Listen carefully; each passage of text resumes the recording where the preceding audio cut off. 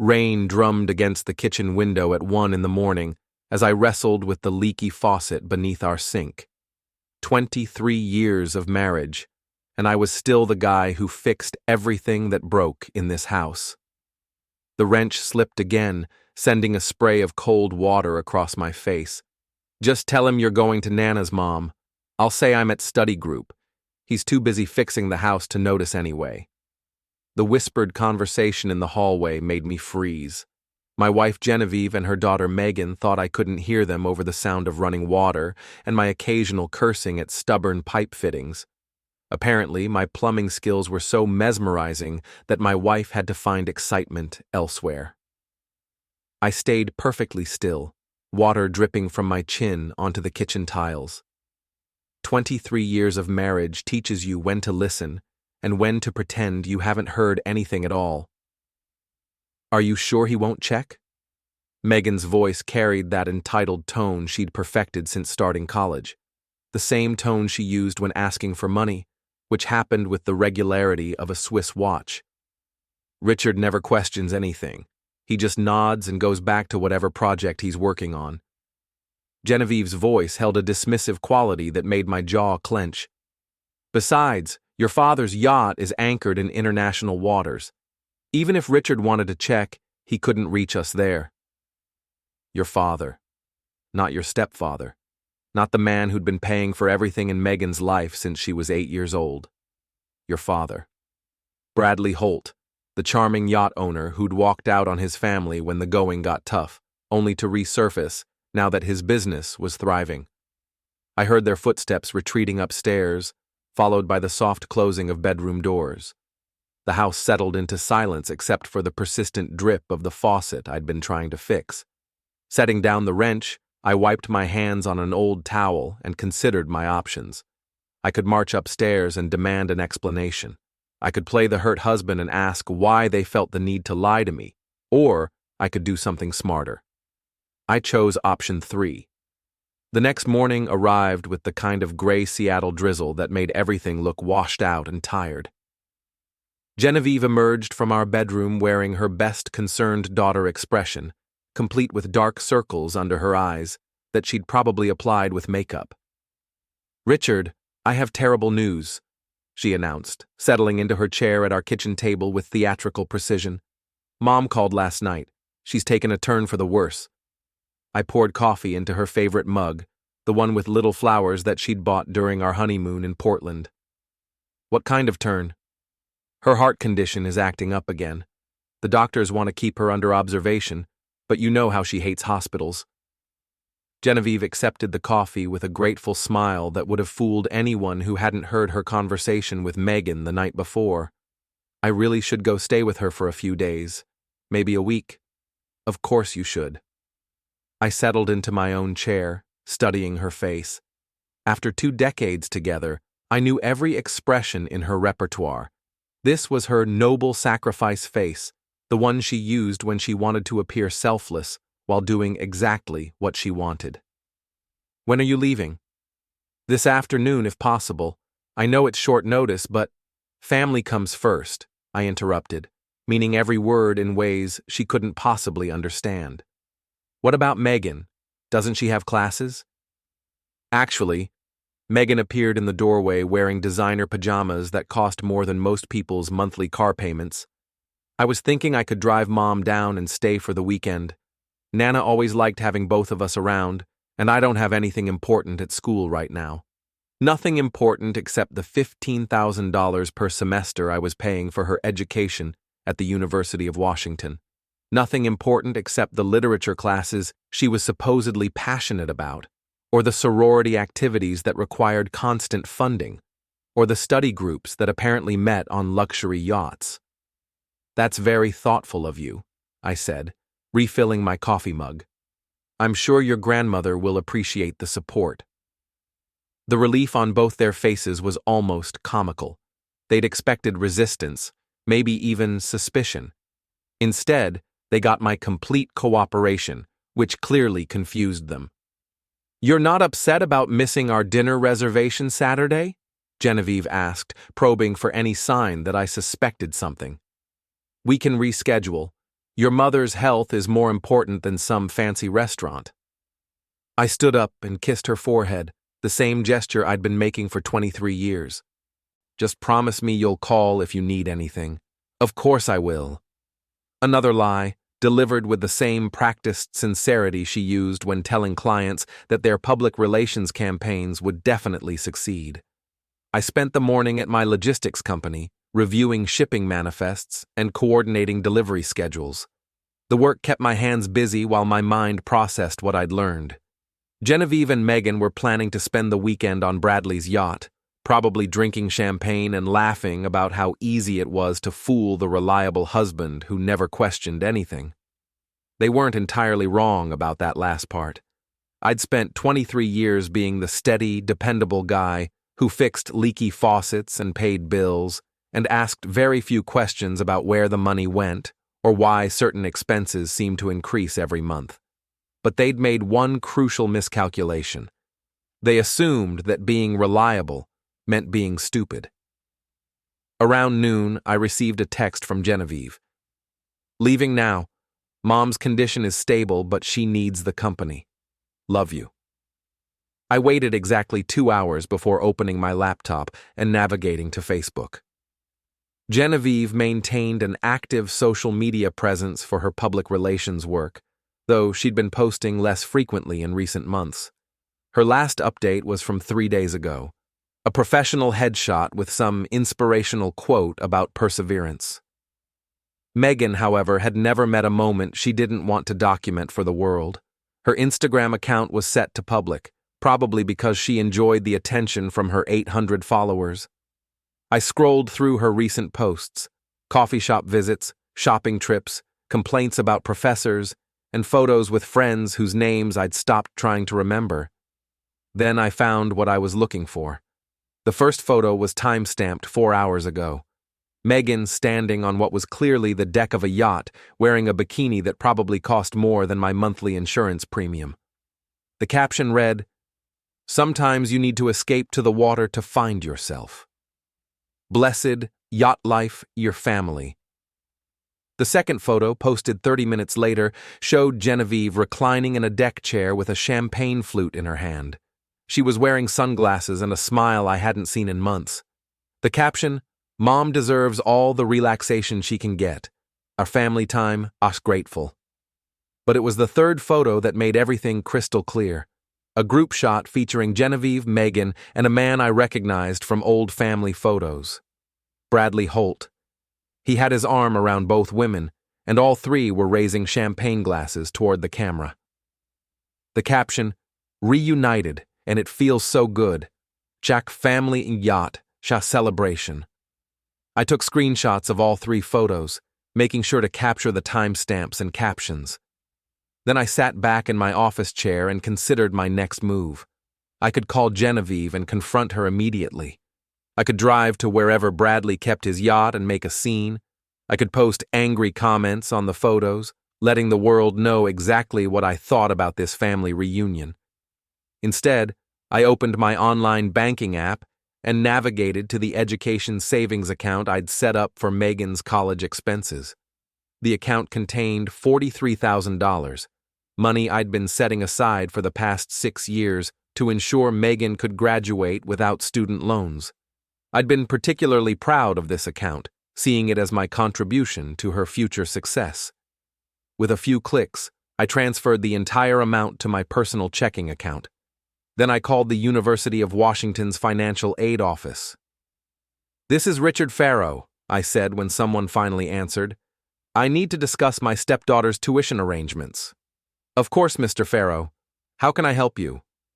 "I'm withdrawing my financial support effective immediately. Megan Holt will need to make alternative arrangements for her remaining tuition payments." There was a pause. "Sir, are you certain? We show that you've been the primary source of funding for Miss Holt's education. Withdrawing support at this point in the semester could result in her being dropped from classes." "I understand completely. Her biological father has recently returned to the picture and will be handling her educational expenses going forward." "We'll need that in writing, sir." "You'll have it by tomorrow morning." After hanging up, I drafted a formal letter withdrawing my financial support for Megan's education. I kept the language professional and avoided any mention of yachts, lies, or family reunions. The letter simply stated that due to changed family circumstances, I would no longer be responsible for educational expenses, effective immediately. I printed the letter, signed it, and scheduled it for overnight delivery to the university's financial aid office. Then I went home and fixed the leaky faucet. The repair took about 20 minutes once I had the proper tools and adequate lighting. The problem had been a worn washer that cost 37 cents to replace. Such a small thing to cause so much trouble. My phone buzzed with a text from Genevieve. "Mom is feeling much better already. Just having family around makes such a difference. How was your day?" I stared at the message for a long moment, then typed back, "Productive. Fixed the faucet and took care of some financial business. Glad to hear your mother is improving. You're such a good man, Richard. I'm lucky to have you." Another lie, but this one stung because I could remember when she used to mean it. I spent the evening organizing my home office, filing away old documents and updating my financial records. The house felt different without Genevieve and Megan's constant chatter and movement. Quieter, but also more honest somehow. Around 9 o'clock, my phone rang. The caller ID showed Megan's number. "Hi, sweetie," I answered, keeping my voice neutral. "Richard, I just got the strangest email from the university. Something about my tuition account being frozen. It's probably just a computer error, but I thought you should know." "It's not an error." Silence stretched across the connection. I could hear music and laughter in the background, the sound of people having a good time on what was probably a very expensive yacht. "I don't understand," Megan said finally. "I'm sure your father can explain it to you. Bradley always was good with numbers, wasn't he?" More silence. Then, "Richard, what are you talking about?" "I'm talking about family, Megan. And the fact that yours has apparently expanded to include people who can afford yachts and champagne. I'm sure they can also afford tuition." "You saw the photos." "I did." "It's not what you think. It's exactly what I think. You and your mother lied to me so you could spend the weekend with Bradley. That's your choice, and I respect it. But choices have consequences." "Richard, please, let me explain." "There's nothing to explain. You made it clear where your loyalties lie. I'm simply adjusting my financial commitments accordingly." I hung up before she could respond. 20 minutes later, Genevieve called. "Richard, what the hell is going on? Megan is hysterical. She says you've cut off her tuition funding." "That's correct." "You can't just—" "Richard, she's in her junior year. If she can't pay tuition, she'll have to drop out. Then I suggest she discuss alternative funding sources with her father, the one whose yacht she's currently enjoying." "This is insane. You're being completely unreasonable." "Am I? Let me ask you something, Genevieve. How is your mother feeling? Is her heart condition improving?" The pause told me everything I needed to know. "Richard, save it. We both know where you are and who you're with. The only question now is what you plan to do about it." "This isn't over," she said, and her voice carried an edge I hadn't heard in years. "No," I agreed. "It's not." I hung up and turned off my phone. Then I poured myself a glass of the expensive whiskey Genevieve had given me for my birthday last year, sat down in my favorite chair, and began planning my next move. Outside, the rain continued to fall, washing the city clean for whatever was coming next. Monday morning arrived with the kind of clarity that only comes after a sleepless night spent making difficult decisions. I'd turned my phone back on around 6 a.m. to find 17 missed calls, 23 text messages, and 4 voicemails. I deleted them all without listening or reading. Some conversations are worth having, others are just noise. At the office, I threw myself into work with the kind of focus I hadn't felt in months. Our logistics company was handling a major shipment of electronics from overseas, and the coordination required my complete attention. Numbers, schedules, and delivery routes made sense in ways that family relationships apparently didn't. Around 10 a.m., my assistant knocked on my office door. "Mr. Farrow, there's a young woman here to see you, says she's your stepdaughter." I looked up from the shipping manifests spread across my desk. Through the glass wall of my office, I could see Megan standing in the reception area. She was wearing jeans and a University of Washington sweatshirt, and her usually perfect hair looked like she'd been running her hands through it. "Send her in." Megan entered my office and closed the door behind her. She'd been crying, though she'd tried to cover it with makeup. The effort hadn't been entirely successful. "Richard, we need to talk." "I'm listening." She sat down in the chair across from my desk, the same chair where she'd sat 3 years ago when I'd helped her choose her college major. Back then, she'd been excited about literature and creative writing. Now, she looked like someone who'd discovered that real life was more complicated than her favorite novels. "I know you're angry," she began. "I'm not angry, Megan. I'm disappointed. There's a difference. The yacht thing wasn't planned. She needed to get away and Dad offered to help. Your father offered to help by taking your mother on a romantic cruise while lying to her husband about her whereabouts?" Megan's face flushed. "It wasn't romantic. They're just friends now. Friends who pose for champagne toasts while the woman's husband sits at home fixing leaky faucets. You don't understand how hard this has been for Mom. The marriage, the stress, trying to keep everyone happy." I leaned back in my chair and studied Megan's face. She genuinely believed what she was saying, which was almost more troubling than if she'd been deliberately manipulative. "Help me understand something," I said. "How long has this been going on?" "What do you mean?" "The lies, Megan. The elaborate stories about sick grandmothers and study groups. How long have you been covering for your mother's relationship with Bradley?" She looked down at her hands. "It's not a relationship. They're just—" "How long?" "6 months, she whispered. "Maybe 8. 8 months. While I'd been working extra hours to build up Megan's education fund, my wife had been rekindling her romance with her ex-husband. While I'd been planning our 24th anniversary celebration, Genevieve had been planning weekend getaways that required elaborate deception. "Richard, please. I know this looks bad, but if you could just talk to Mom." "I did talk to your mother, last night. She made her position very clear. She's scared. She doesn't know how to handle this situation." "The situation she created by lying to her husband for 8 months?" Megan's composure cracked. "You don't know what it's like being caught in the middle of this. Mom needed someone to talk to, someone who understood what she was going through." "What she was going through?" "Megan, what exactly has your mother been going through that required her to lie to me and sneak around with her ex-husband?" "You wouldn't understand." "Try me." Megan stood up and walked to the window overlooking the shipping yard. Trucks were loading and unloading cargo with mechanical precision, each movement part of a larger system that actually functioned the way it was supposed to. "Mom says you've changed," Megan said without turning around. "That you're not the man she married. That you're distant and cold and only care about work." "When did she tell you this?" "Lots of times. She's been unhappy for years, Richard. She just didn't know how to tell you." I felt something shift inside my chest, like a gear clicking into a new position. "So, instead of telling me, she decided to reconnect with Bradley and spend 8 months lying about it. She was trying to figure out what she wanted." "And what does she want, Megan?" Finally, Megan turned to face me. Her eyes were red and puffy, but her voice was steady.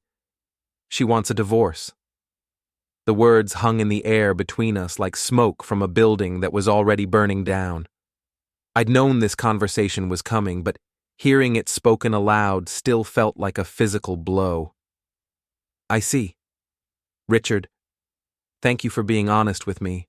That's more than your mother managed. She's going to tell you herself. She just needed time to figure out how." 8 months wasn't enough time? Megan's face crumpled. "This is all my fault. I should have made her tell you sooner. I should have refused to lie for her. You're right, you should have.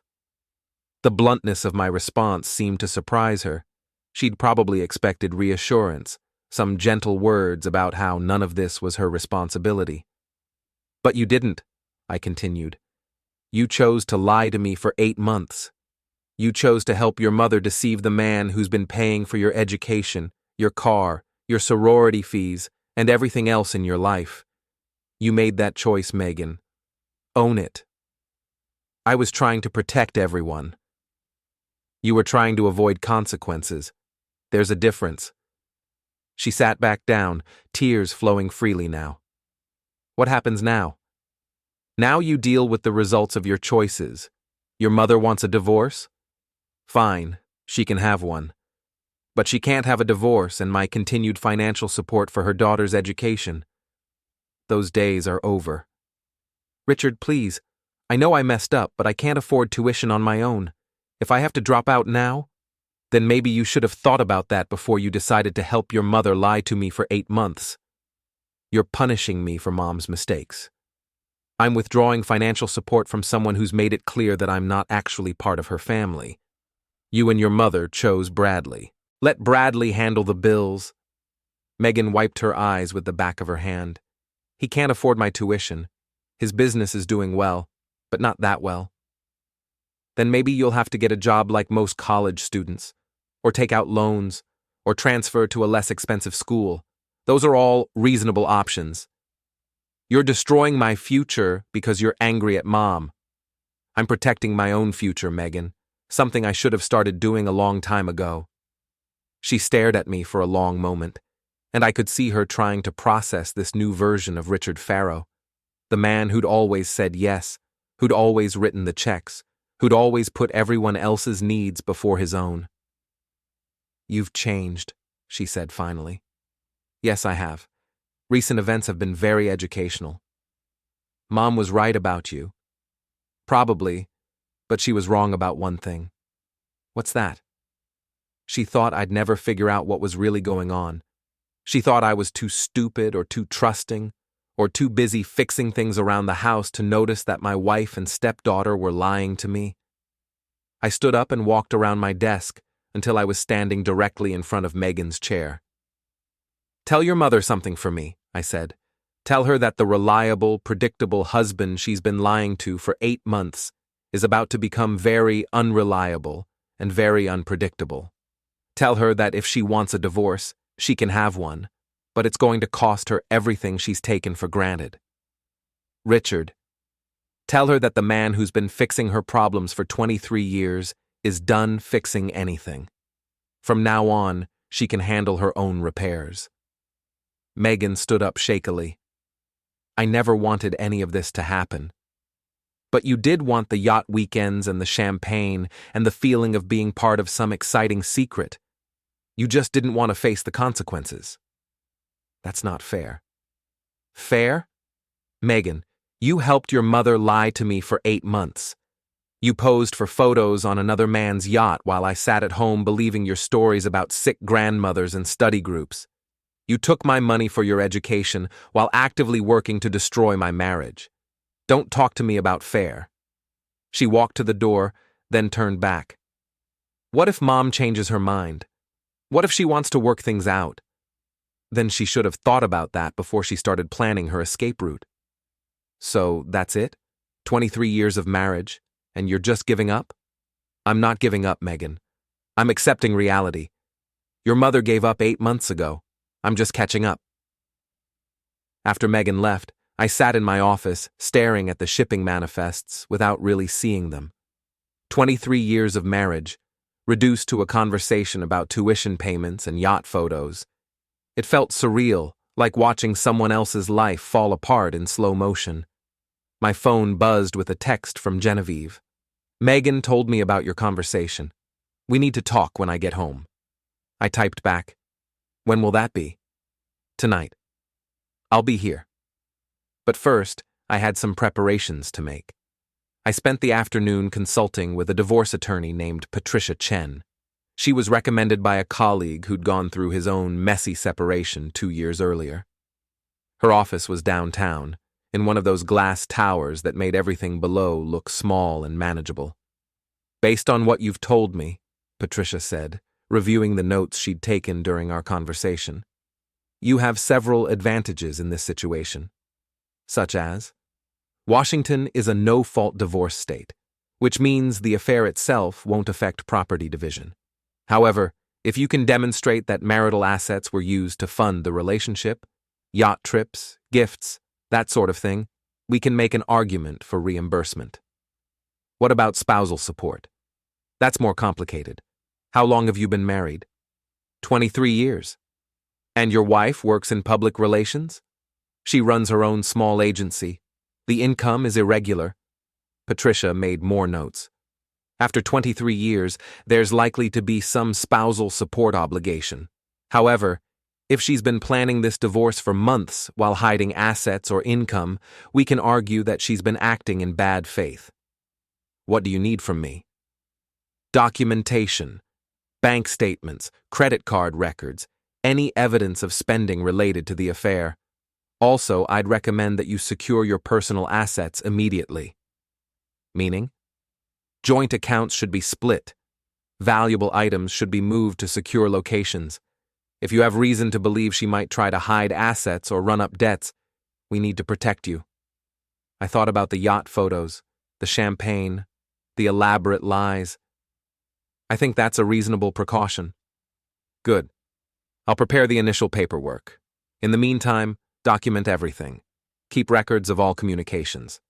If she admits to the affair in writing, that could be useful for other purposes even if it doesn't affect property division."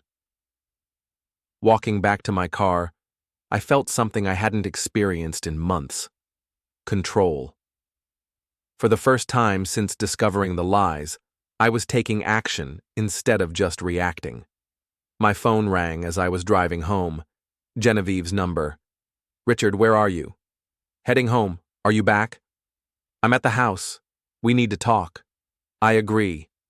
"Richard, I know you're upset, but before you say anything, I want you to know that I never meant for things to happen this way." "We'll discuss it when I get there." "Promise me you'll listen. Promise me you'll let me explain." "I'll listen," I said. "But Genevieve?" "Yes?" "Don't lie to me anymore. I'm done pretending I don't know when you're lying."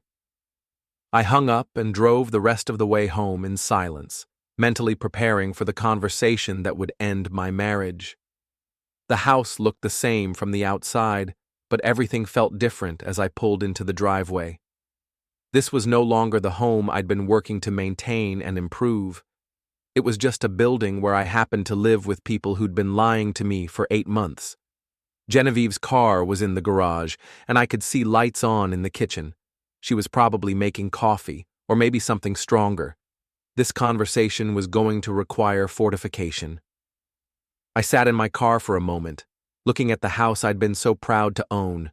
The mortgage was paid off, the yard was perfectly maintained, and every repair had been completed with meticulous care. I'd spent 23 years turning this place into a home. Now it was just another asset to be divided. I turned off the engine and walked toward the front door, ready to hear whatever explanation Genevieve had prepared during her drive back from Bradley's yacht. Ready to begin the process of ending the marriage I'd spent 23 years trying to preserve. Genevieve was sitting at our kitchen table when I walked through the front door. She'd changed out of her yacht attire into jeans and a sweater, but I could still see traces of a tan that hadn't been there when she'd left for her mother's supposed emergency. Her hands were wrapped around a coffee mug, and there was a second mug waiting at my usual spot. "Thank you for coming home," she said as I hung my jacket on the back of my chair. "This is still my house, Genevieve. For now." I sat down and picked up the coffee mug. It was still warm, which meant she'd been timing my arrival. Even in crisis, she was thinking like a public relations professional, managing the presentation. "Richard, I know how this looks." "Do you?"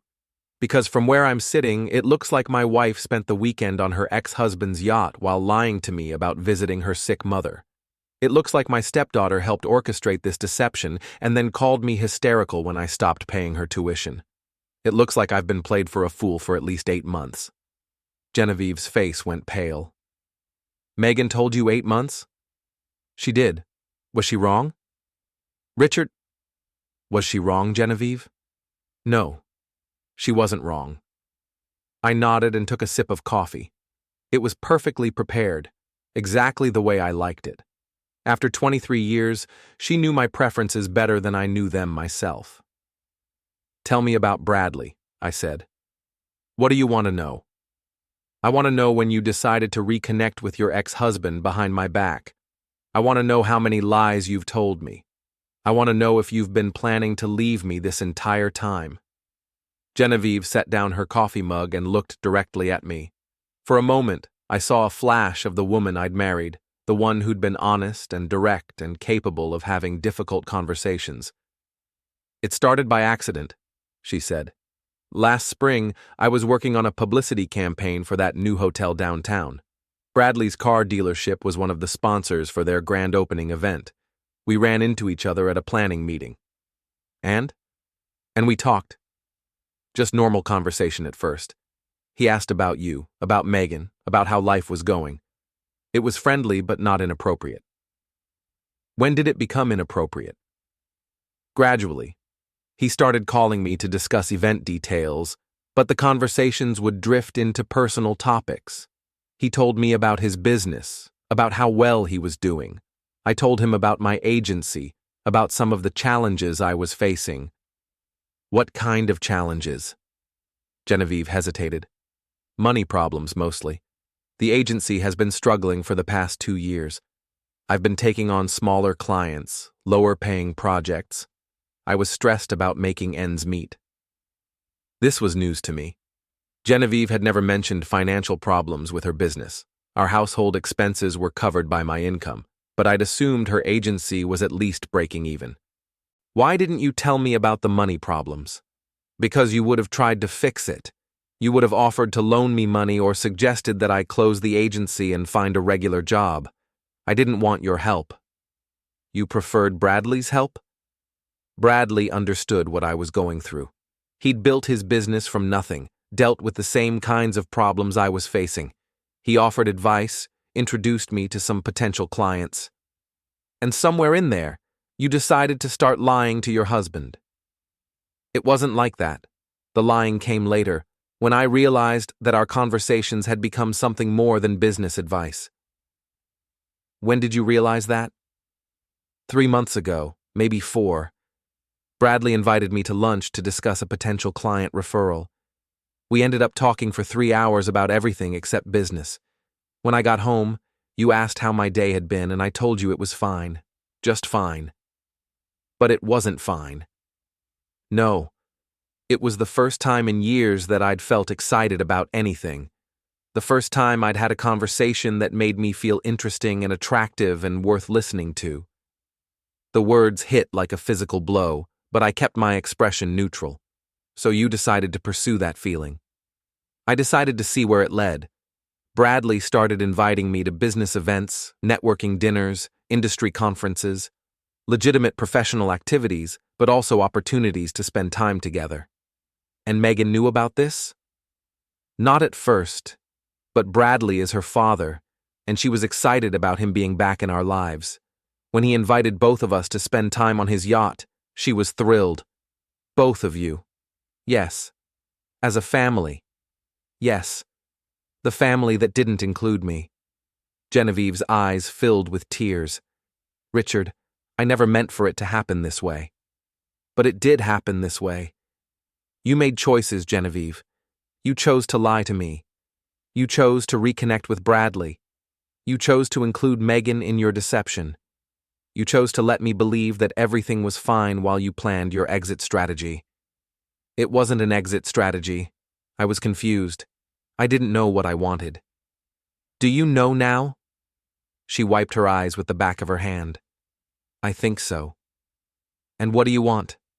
I want a divorce. There it was.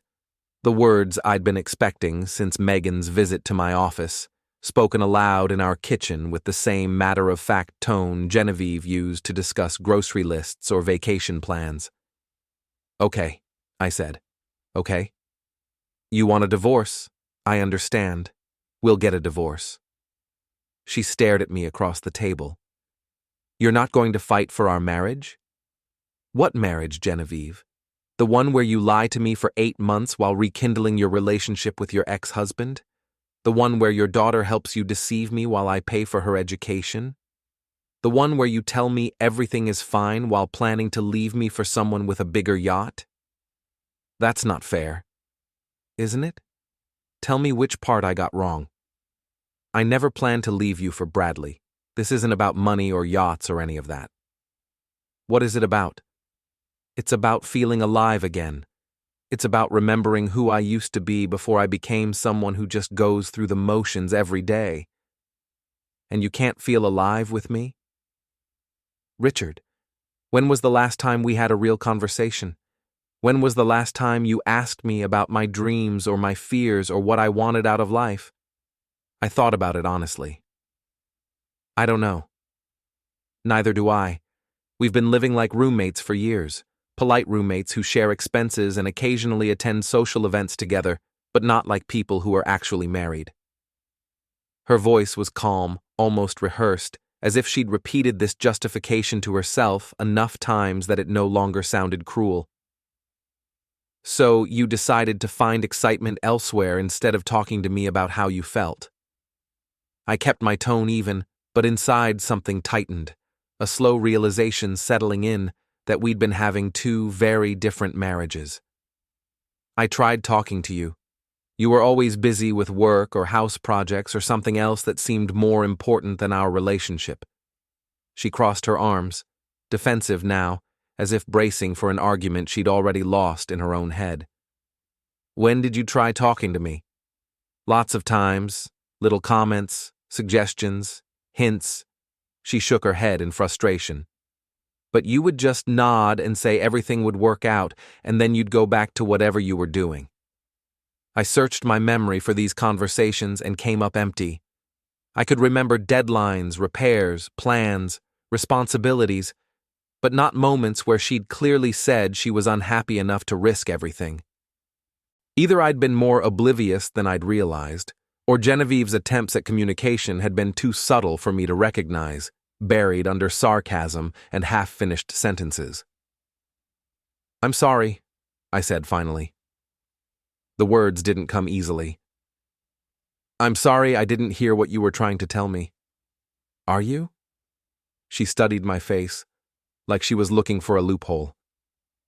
Yes. But I'm not sorry enough to pretend that lying to me for 8 months was an acceptable response to feeling unheard. I held her gaze this time, not backing down. Richard, you want a divorce? Fine. But don't expect me to make it easy for you. Don't expect me to be the same reliable, accommodating husband who never asks difficult questions. I could feel something shifting in me as I spoke, a line being crossed that I couldn't uncross. What does that mean? It means you're going to discover that ending a 23-year marriage has consequences. It means your daughter is going to learn that actions have results. It means Bradley is going to find out what it actually costs to be part of this family. Each sentence landed heavier than the last. Genevieve's expression shifted from sadness to something that looked like fear. Richard, what are you planning? I'm planning to protect myself, something I should have started doing 8 months ago. You're scaring me. Good. You should be scared. You've spent 8 months lying to someone who trusted you completely. You've involved your daughter in deceiving the man who's been supporting her education.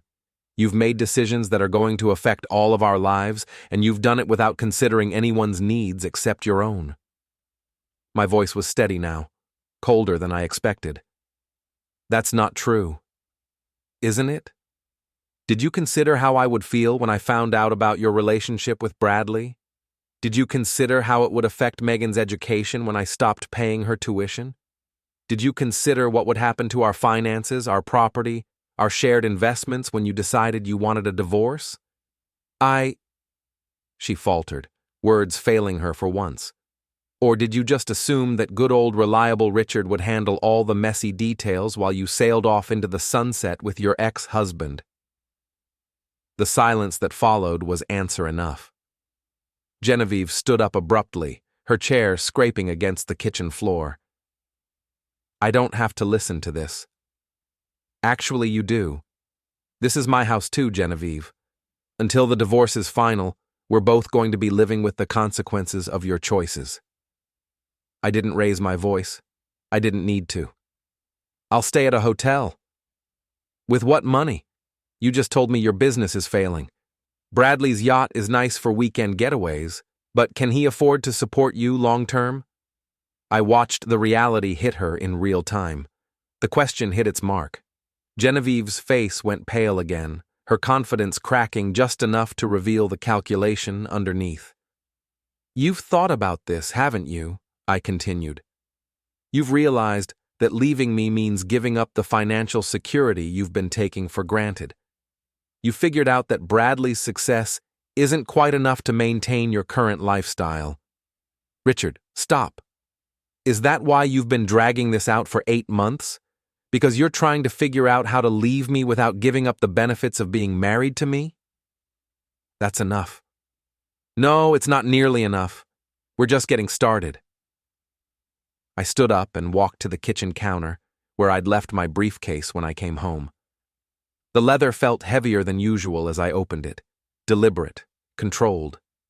Inside was a folder containing the documents Patricia Chen had prepared for me. I saw a lawyer today, I said, pulling out the folder. Divorce papers, financial disclosure requirements, asset protection strategies. Genevieve stared at the folder like it contained something dangerous. Richard, did you know that Washington is a community property state? That means everything we've acquired during our marriage gets divided equally.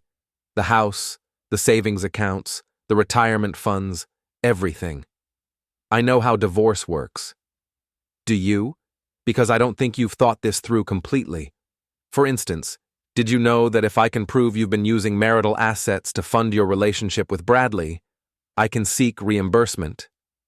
What marital assets? The credit card you used to buy new clothes for your yacht weekends, the gas money for driving to meet Bradley, the dinners, the hotels, the gifts. All of that comes out of our joint finances. Those were business expenses. Were they? Because I have copies of your credit card statements, and some of those charges look suspiciously personal for business meetings. Genevieve sat back down heavily. You've been investigating me. I've been protecting myself. Something you forced me to do when you decided to lie to me for 8 months. Richard, please, can't we handle this civilly? We can handle it however you want to handle it, Genevieve, but you don't get to have it both ways. You don't get to lie to me and then expect me to be civil. You don't get to plan a divorce behind my back and then ask me to be cooperative. What do you want from me? I want honesty, complete honesty. I want a full accounting of your relationship with Bradley, including every lie you've told me and every expense you've charged to our joint accounts. I want to know exactly how long you've been planning this divorce and what arrangements you've made for your future. And if I give you that, then maybe we can end this marriage without destroying each other completely. And if I don't, then you'll find out just how uncooperative I can be when someone tries to take advantage of me. Genevieve stared at me for a long moment. You've changed, Richard. This isn't the man I married. You're right. The man you married was naive enough to believe that his wife wouldn't lie to him for 8 months. The man you married was trusting enough to assume that his stepdaughter wouldn't help deceive him. The man you married was accommodating enough to put everyone else's needs ahead of his own. I walked back to the table and sat down across from her. That man is gone, Genevieve. You and Megan and Bradley made sure of that. What you're left with is someone who's learned not to trust anyone who's already proven they'll lie to him. So what happens now? Now you decide how you want to play this. You can be honest with me, work together to end our marriage fairly, and try to preserve some dignity for everyone involved. Or you can keep lying and manipulating and trying to have everything your way. And if I choose the second option? Then you'll discover that the reliable husband you've been taking for granted can be very unreliable when he puts his mind to it. Genevieve picked up her coffee mug with shaking hands. I need time to think. Take all the time you need, but understand that while you're thinking, I'm planning, and I've got 23 years of accumulated trust to make up for. Richard, the guest room is made up if you want to stay here tonight, or you can call Bradley and see if his yacht has space for a permanent resident. Your choice. I picked up my briefcase and headed for the stairs. Where are you going? She called after me. To my office, I have some planning to do. Richard, wait. I stopped at the bottom of the stairs and turned back to face her. What? I'm sorry. I'm truly sorry for how this happened. I never wanted to hurt you. But you did hurt me, Genevieve. And now we both have to live with the consequences. I went upstairs, leaving her alone in the kitchen with her coffee and her regrets, and the folder full of divorce papers that would change both our lives forever. The reliable husband she'd been lying to for 8 months was about to become very unreliable indeed. 3 weeks after our kitchen confrontation, I'd settled into a new routine that felt nothing like the life I'd been living for 23 years. Genevieve had chosen to stay in the house, sleeping in the guest room, and maintaining an awkward politeness that fooled neither of us. We communicated through notes left on the kitchen counter and brief, formal conversations about practical matters. She was still seeing Bradley, though she'd stopped trying to hide it. Her car would disappear for entire afternoons, returning with the kind of satisfied exhaustion that comes from spending time with someone who makes you feel young again. I didn't ask where she'd been. I already knew. What she didn't know was that I'd been busy too. Patricia Chen had proven to be worth every dollar of her considerable hourly rate. Working together, we'd assembled a comprehensive picture of our marital finances that revealed some interesting patterns. Genevieve's business troubles were worse than she'd admitted, and her recent spending habits showed a clear correlation with her rekindled relationship with Bradley. More importantly, we'd discovered that Genevieve had been moving money. Look at this, Patricia said, spreading bank statements across her conference table. Starting 6 months ago, she began transferring small amounts from your joint savings account to her personal checking account, never more than $1,000 at a time, but it adds up. I studied the statements. How much total? $18,000, all of it withdrawn in cash over the past 6 months. What's she doing with cash? That's what we need to find out. But Richard, this pattern suggests she's been planning her exit for longer than she's admitted. People don't accumulate that much cash unless they're preparing for something. I thought about Genevieve's confession in our kitchen, her claim that she'd only recently decided she wanted a divorce. Either she'd been lying again, or her subconscious had been planning an escape route while her conscious mind was still making excuses. What's our next step? We need to secure your assets immediately. Joint accounts should be frozen or divided. If she's been stockpiling cash, she might be preparing to disappear with whatever else she can access. Can she do that legally? Technically, she has as much right to the money as you do until the divorce is final. But if we can prove she's been planning this deception for months while lying to you about her intentions, we can argue that she's been acting in bad faith. I authorized Patricia to begin the asset protection process, then drove home to find Genevieve's car missing again. She'd left a note on the kitchen counter. Meeting with potential client? Home by dinner? Another lie. Her business calendar, which she'd always kept on the refrigerator, showed no client meetings scheduled for today. I was getting tired of the lies. My phone buzzed with a text from Megan. Can we meet for coffee? I have something important to tell you. I'd been expecting this call. Megan had been noticeably absent since our conversation at my office 3 weeks ago, but the university's payment deadlines were approaching. Reality was probably setting in. We met at a coffee shop near the university campus. Megan looked tired and stressed, her usually perfect appearance showing signs of strain. She'd lost weight, and there were dark circles under her eyes that makeup couldn't quite hide. Thank you for meeting me, she said, clutching a large coffee like it was a lifeline. What did you want to discuss? My tuition situation. Richard, I've tried everything. Student loans, scholarships, work-study programs. Nothing is going to cover the full amount, and the university says I have to pay by Friday, or they'll drop me from classes. Have you talked to Bradley about this? Yes. He says he wants to help, but his cash flow is tied up in business investments. He can't access the money right now. I nodded, unsurprised. Bradley's yacht and luxury car lifestyle probably didn't leave much room for unexpected $20,000 educational expenses. What about your mother? Her business is barely surviving. She doesn't have that kind of money. So what are you asking me, Megan? I'm asking you to reconsider. I know I messed up. I know I shouldn't have lied to you, but please don't let my mistakes destroy my education. I studied her face across the small cafe table. She was genuinely desperate, which meant she'd exhausted all other options before swallowing her pride enough to ask me for help. Tell me something, I said. If I pay your tuition, what happens next semester? And the semester after that? Do you expect me to continue funding your education while your mother divorces me? I don't know. I haven't thought that far ahead. You should start thinking that far ahead. Because this isn't just about one semester's tuition, Megan. This is about your entire future and whether you're going to take responsibility for the choices you've made.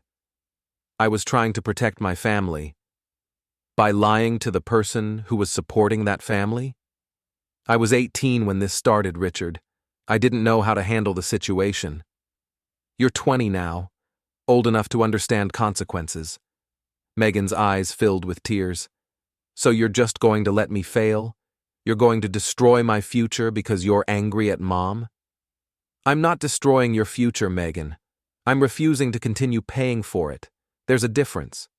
What difference? The result is the same. The difference is responsibility. Your mother made choices that led to this situation. You made choices that supported her deception. Now you're both dealing with the consequences of those choices. But I'm the one who gets punished. You're the one who has to find alternative solutions. That's not punishment, Megan. That's life. She wiped her eyes with a napkin. What if I transfer to a community college? What if I get a job and pay you back over time? What if you ask Bradley to co-sign a student loan? What if your mother sells some of her jewelry to help with tuition? What if you both stop expecting me to solve problems that you created? Richard, please, I'm begging you. And I'm saying no.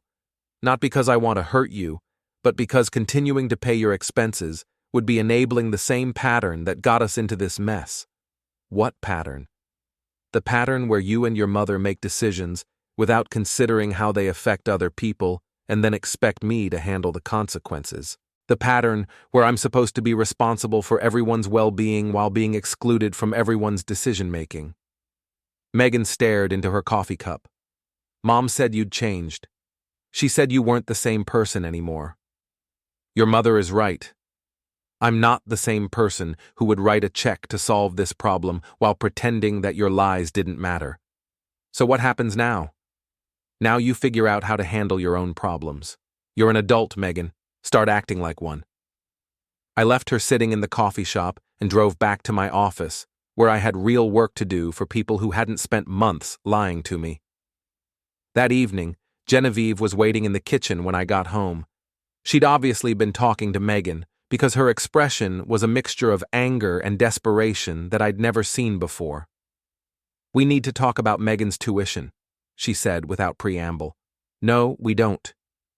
Richard, she's going to have to drop out of school. Her entire future is at stake. Then maybe you and Bradley should have considered that before you decided to lie to me for 8 months. This isn't about Bradley. This is about Megan's education. This is absolutely about Bradley, and about you, and about the choices both of you made without considering how they would affect anyone else. Genevieve slammed her hand on the kitchen counter. Damn it, Richard, she's just a kid. She made a mistake. She's 20 years old and she made a series of deliberate choices to help you deceive me. Those weren't mistakes, Genevieve. They were decisions. Fine. They were decisions.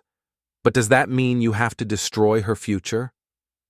I'm not destroying anything. I'm simply refusing to continue paying for the education of someone who's made it clear that I'm not actually part of her family. You are part of her family. Am I?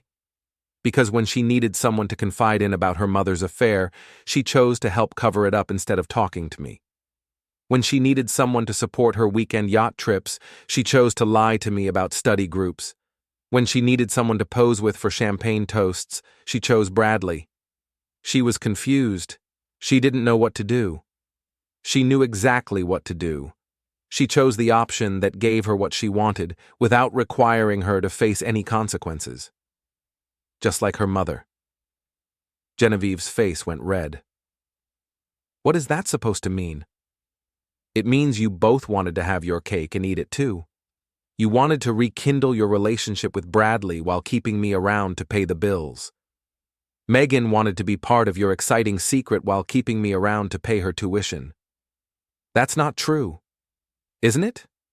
Tell me, Genevieve, what was your long-term plan? Were you going to keep lying to me indefinitely? Were you planning to divorce me eventually? Or were you hoping to maintain both relationships permanently? I told you, I was confused. I didn't have a plan. But you did have a plan. You've been moving money out of our joint accounts for 6 months, $18,000 in cash, withdrawn in small amounts to avoid detection. The color drained from Genevieve's face. How do you know about that? Because unlike you, I don't lie to people I'm supposed to trust. I hired a lawyer, and we've been investigating our finances. Did you really think I wouldn't notice eventually? Richard, what were you planning to do with that money, Genevieve? Were you building an escape fund? Were you planning to disappear one day and leave me with all the bills and no explanation? It wasn't like that. Then what was it like? Because from where I'm sitting, it looks like you've been planning this divorce for months while lying to me about your intentions and stealing money from our joint accounts to fund your exit strategy. Genevieve sat down heavily in her chair. I was scared. I didn't know what would happen when you found out about Bradley. I thought if I had some money set aside, I could take care of myself until I figured out what to do. So you decided to steal from me. It's my money too. It's our money. Money that was supposed to be used for our joint expenses and our shared future. Money that you've been secretly hoarding while lying to me about your plans. What do you want from me, Richard? I want you to stop lying. I want you to admit that you've been planning this divorce for months. I want you to acknowledge that you've been using me while preparing to leave me. Fine. Yes, I've been planning to leave you. Are you happy now? I'm relieved. Finally, some honesty. So what happens now? Now we proceed with the divorce. But we do it on my terms, not yours. What does that mean? It means you don't get to control the timeline anymore. It means you don't get to keep lying while I pretend to believe you. It means you're going to discover what it actually costs to betray someone who trusted you completely. Genevieve stared at me across the kitchen table. I don't recognize you anymore. Good. The man you recognized was naive enough to believe your lies for 8 months. The man you're looking at now knows exactly who you are and what you're capable of. Richard. Pack your things, Genevieve. Find somewhere else to stay. I'm done sharing a house with someone who's been stealing from me. You can't kick me out. This is my house too. Actually, I can. The house is in my name only. I bought it before we got married, and I never added your name to the deed. Legally, you're a guest here. Another lie exposed. Genevieve had always assumed she had equal claim to our home, but she'd never bothered to check the actual ownership documents. Where am I supposed to go? That's not my problem anymore. Call Bradley. I'm sure his yacht has guest quarters. Richard, please, can't we work this out? We are working it out. We're getting divorced, but we're doing it honestly for once. What about Megan? What about her? She needs our help. She needs to learn that actions have consequences, something both of you should have figured out months ago. Genevieve stood up slowly. You're really going to do this. You're going to destroy everything we built together. I'm not destroying anything, Genevieve. I'm simply refusing to keep building on a foundation of lies." She walked toward the stairs, then turned back. "For what it's worth, I really am sorry." "So am I," I said. "I'm sorry it took me 8 months to figure out who you really are." After she left, I sat alone in the kitchen, where we'd shared thousands of meals over 23 years. The house felt different without her presence, but not empty. If anything, it felt more honest. My phone buzzed with a text from Patricia Chen. "Asset freeze is in place. She won't be able to access joint accounts as of tomorrow morning." I typed back, "Good. She's moving out tonight." "Even better. How are you holding up?" I looked around the kitchen, thinking about the question. 3 weeks ago, I'd been a married man living in comfortable denial. Tonight, I was someone who'd learned to recognize lies and protect himself from people who would take advantage of his trust. "I'm holding up fine," I typed back. "Better than fine, actually." And for the first time in months, that was completely true. 2 months later, I was sitting in Patricia Chen's office reviewing the final divorce settlement when my phone rang. Megan's number appeared on the screen, the first time she'd called since our coffee shop conversation. "Excuse me," I told Patricia, stepping into the hallway to take the call. "Richard?" Megan's voice sounded different, older, maybe, more tired. "Hello, Megan. I wanted to let you know that I'm transferring to community college next semester. I found a job at a bookstore near campus, and I can take classes part-time while I work." "That sounds like a reasonable plan. It's not what I wanted, but it's what I can afford. Sometimes those are the same thing." There was a long pause. "Richard, I called to apologize, not because I want anything from you, but because I need to say it. I'm listening. I was wrong to help Mom lie to you. I was wrong to take your money while helping her deceive you. I was wrong to think that I could have it both ways, keeping the benefits of being your stepdaughter while supporting her relationship with my father. Thank you for saying that. I don't expect it to change anything.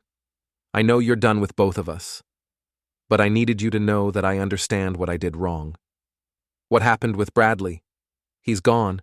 His business wasn't as successful as he claimed, and when Mom needed real support instead of weekend yacht trips, he decided he wasn't ready for that kind of responsibility. I'm sorry to hear that. Are you? Because you were right about him. He was great for exciting weekends and champagne photos, but when Mom needed help with rent and I needed help with tuition, he suddenly had cash flow problems. Where is your mother now? She's staying with her sister in California. Her business failed completely after the divorce proceedings started. Apparently, some of her clients didn't appreciate being associated with the scandal. I wasn't surprised. Genevieve's public relations agency had always depended on her reputation for discretion and professionalism. A messy divorce involving affairs and financial deception wouldn't have been good for business. How are you handling everything? I'm learning to take care of myself. It's harder than I expected, but I'm figuring it out. That's good, Megan. That's what growing up looks like. Richard? Yes? Do you think you'll ever forgive us? I considered the question honestly. I don't know, but I can tell you that I'm not angry anymore. Anger requires caring about people who've hurt you. I'm past that now. So we're just strangers to you? You're people I used to know, people who taught me some important lessons about trust and consequences. That's probably what we deserve. It's what happened. Whether anyone deserves it is a different question. After hanging up, I returned to Patricia's office to finish reviewing the settlement documents. The divorce had been finalized with surprising efficiency once Genevieve stopped trying to hide assets and started cooperating with the process. I kept the house, my retirement accounts, and most of our joint savings. Genevieve received her personal belongings, her failed business assets, and a small settlement that would help her get established in California. It was fair, considering the circumstances. Any regrets? Patricia asked as I signed the final papers. About the divorce? No. About the marriage? That's more complicated. Most people feel that way. 23 years is a long time to have with someone, even if it ended badly. The ending wasn't the problem. The ending was just when I finally learned the truth about what the middle had really been like. What will you do now? I'm thinking about selling the house. It's too big for one person, and it holds too many memories of people who weren't who I thought they were. Where will you go? I don't know yet. Somewhere I can start over without constantly being reminded of how naive I used to be. Driving home from the lawyer's office, I reflected on how much my life had changed in 4 months. I'd gone from being a married man with a stepdaughter in college to being a divorced man with no family connections and a bank account that was entirely my own. The transformation should have felt devastating. Instead, it felt like freedom. My phone buzzed with a text from an unknown number. Richard, this is Bradley. I know you probably don't want to hear from me, but I wanted to apologize for my role in what happened. I never intended to hurt you. I stared at the message for a moment, then deleted it without responding. Some apologies come too late to matter, and some people aren't worth the energy it takes to forgive them. At home, I walked through the rooms of the house I'd worked so hard to maintain and improve. Every repair I'd made, every upgrade I'd installed, every careful detail I'd attended to over the years. It had all been done for people who'd been lying to me while I worked, but the house itself wasn't the problem. The house was just a building. The problem had been my assumption that the people living in it shared my values and my commitment to honesty. I called a real estate agent and scheduled an appointment to discuss putting the house on the market. That evening, I drove to the boxing gym where my friend Tommy worked as a trainer. I'd been going there regularly since the divorce proceedings started, finding that physical exercise helped clear my mind and process the emotional upheaval of my changing life. "You look different," Tommy said as I wrapped my hands for a session with the heavy bag. "Different how?" "Lighter, like you've been carrying something heavy and finally put it down." "That's exactly what it feels like." "The divorce is final?" "As of this afternoon." "Any regrets?" "None. For the first time in months, I feel like I'm living in reality instead of some elaborate fiction that other people created for me." Tommy held the heavy bag while I worked through combinations, focusing on technique and power. The repetitive motion was meditative, each punch a way of releasing tension and frustration that had been building for months. "What's next?" he asked during a break. "I'm selling the house, maybe traveling for a while. I've got 23 years of vacation time to make up for." "Sounds like a plan. Where will you go?" "I don't know yet. Somewhere I've never been. Somewhere without memories." "You could stay here, you know. Start over in familiar territory." "I could, but I think I need a complete change. New city, new job, new everything." "Running away? Moving forward? There's a difference." After the workout, I drove home through neighborhoods I'd known for decades. The city looked the same, but I felt like a visitor now, someone passing through rather than someone who belonged here. My phone rang as I pulled into my driveway. Patricia Chen's number. "Richard, I just wanted to check in and see how you're feeling about everything." "Relieved, mostly. And grateful." "Grateful?" "Grateful that I found out the truth before I wasted any more years living a lie. Grateful that I learned I'm stronger than I thought I was. Grateful that I discovered I don't need other people's approval to feel good about myself. Those are healthy realizations. They're expensive realizations, but they were worth the cost." "What's your timeline for selling the house?" "As soon as possible. I want to be somewhere else before the holidays. Start the new year in a new place." "Any idea where?" "I'm thinking about Colorado. Mountains, skiing, completely different climate and culture. Sounds perfect for a fresh start." After hanging up, I walked through the house one more time, turning off lights and checking locks. The routine was the same as it had been for 23 years, but the context was completely different. Each switch clicked off with a finality I'd never felt before, each lock turning with the quiet acknowledgement that this chapter was closing. The house felt larger somehow, emptied of tension, but also emptied of purpose, like a stage after the actors have gone home. Tomorrow, a real estate agent would come to evaluate the property and discuss marketing strategies. We'd talk about curb appeal, neutral colors, staging furniture to make the rooms feel inviting instead of personal. Within a few weeks, strangers would be walking through these rooms, opening closets, peering into corners, imagining their own lives in this space. They would comment on the light in the mornings, the quiet at night, the practicality of the layout. I hoped they would be honest with each other. My laptop was open on the kitchen table, showing search results for apartments in Denver and Boulder. I scrolled slowly, studying the photos more carefully than I needed to. Modern buildings with mountain views, clean lines, wide windows, places that felt intentional rather than inherited.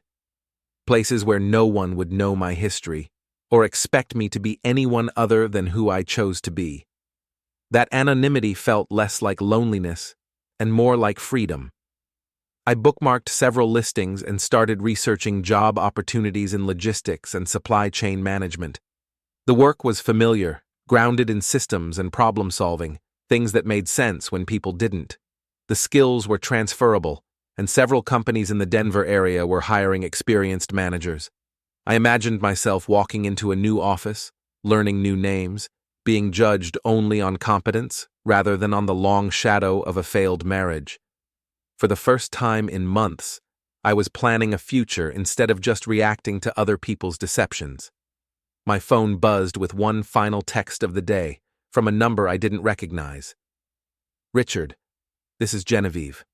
I know I have no right to contact you, but I wanted you to know that I understand what I lost when I chose to lie to you. I hope you find happiness in whatever comes next." I read the message twice, letting the words settle.